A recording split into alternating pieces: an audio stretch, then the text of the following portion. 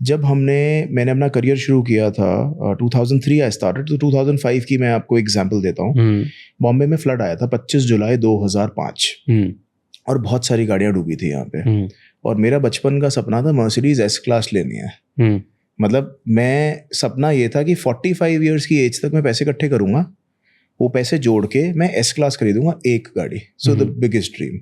अब S class में क्यों ले पाया 2005 में? बिकॉज वो गाड़ी आ रही थी 24 लाख की।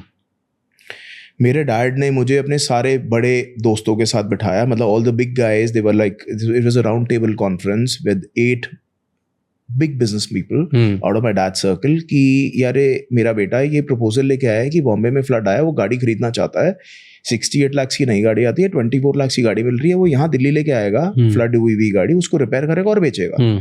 आप में से कौन इन्वेस्ट करना चाहते हैं? उसका बिजनेस प्लान सुनो। तो 3 घंटे हमारी वो मीटिंग चली उस बिजनेस प्लान के ऊपर, मेरे पापा के फ्रेंड्स के साथ, और papa was not there on that table. So he was sitting, he was chilling with one of his friends and I was with 8, me and Rahul, we were with 8 different investors. Investors less, but more of his friends who can probably fund that particular finance. Yes. तो हम बैठे और मैं 3 घंटे तक सबको convince करता रहा कि मेरी प्रपोजल सुन लो, क्योंकि मैं उस टाइम पे 1 लाख रुपए महीना कमाना शुरू हो गया था। अब मैंने बोला कि यार आप मेरे को ये फंड करो, मुझे लगता है कि हम सक्सेसफुल होंगे इसके अंदर। पहली बार ऐसा हुआ था हमारी कंट्री के अंदर कि मर्सिडीज जैसी गाड़ियां पानी में डूबी और इंश्योरेंस वाले फोन कर रहे हैं। यस।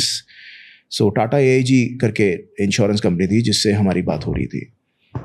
तो 3 घंटे की डिस्कशन के बाद, घनिष्ठ डिस्कशन के बाद, कन्विंसिंग एवरीवन, 7 लोगों ने बोल दिया और हमारे को 15 मिनट लगा के कन्विंस किया, जतिन बेटा मत करो ये बिजनेस, क्योंकि अगर आपका इसमें लॉस हो गया तो आपका सारा कॉन्फिडेंस टूट जाएगा। जो आप 1 लाख रुपए महीना कमाते हो आप उससे भी जाओगे। तो मैं और राहुल हम दोनों वॉशरूम गए 3 घंटे की डिस्कशन के बाद। मैंने उसकी शक्ल देखी, उसने मेरी शक्ल देखी। मैं कन्विंस हो गया था यार बस, अगर इतने बड़े बड़े लोग अगर कुछ कह रहे हैं तो शायद ठीक ही कह रहे होंगे। मैंने राहुल की शक्ल देखी, मैंने पूछा, मैंने भाई क्या करना है? कह रहा भाई गाड़ी तो लेनी है। मैंने डन बोल दिया। आज तक मैंने, राहुल ने, मेरे डैड ने, मेरे साथ, मेरी टीम ने, हमारे साथ, हम एक दूसरे की कभी बात नहीं काटते। अगर एक को लग रहा है वो कन्विंस्ड है तो साथ है, सब साथ में। बिल्कुल। अब हम वापस आए तो अब सारे लोग एक टेबल पे बैठे थे इंक्लूडिंग माय फादर। तो हम वापस आए तो पापा कहते हैं बेटा क्या करना है, क्योंकि आधा घंटा उन्होंने, या ऑलमोस्ट 15-20 मिनट, आधा घंटा मेरे डैड के 7 फ्रेंड्स ने ये समझाया 8 में से कि नहीं करनी है। और हम वापस आए तो पापा ने पूछा कि क्या करना है बेटा? मैंने पापा को कल बताएंगे। तो आज भी मुझे याद है उनका डायलॉग, कहते बेटा खटाखट डिसीजन होते हैं ज़िंदगी में, इतना टाइम नहीं लगता, बता क्या करना है? मैंने पापा लेनी है गाड़ी। तो मतलब जब मैंने उनकी शक्लें देखी सबकी, तो मतलब वो हक्के बक्के रह गए थे कि हम आधा घंटा तेरे को समझा रहे हैं, हम समझदार लोग, और तू कह रहा है फिर भी लेनी है। अगले दिन सुबह 10 बजे पापा ने बुलाया ऑफिस, 10:30 बजे डिमांड ड्राफ्ट बनाया। कहते ये ले बेटा जा लेके आ गाड़ी, उन्होंने खुद। और पहली बार जिंदगी में फ्लाइट पे बैठे। सो 24 लाख की गाड़ी खरीदी। और हाँ, मैं 8वें आदमी का नहीं बताया मैंने, 7 आदमियों ने मेरे को, 7 people said no. One was like बाप की गारंटी दिला दे, पैसे कल सुबह उठा ले। That was the 8th answer. But dad ने बना के दिया डिमांड ड्राफ्ट। गए, पहली बार फ्लाइट में बैठे, बॉम्बे आए, यहाँ डिमांड ड्राफ्ट लेके आए। हम दिल्ली वाले हैं, यहाँ डिमांड ड्राफ्ट लेके आए।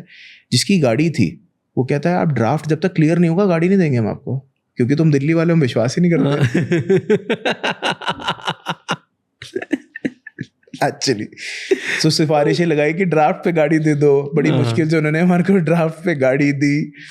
सो नो ऑफेंसेस टू दिल्ली वाले, बट या दैट्स मैं अपना एग्जांपल बता रहा हूँ जो मेरे साथ हुआ है। So and so Delhi, we need to, we've improved a lot over the years. So whatever we commit, we deliver now. So पहले ऐसा कम होता था।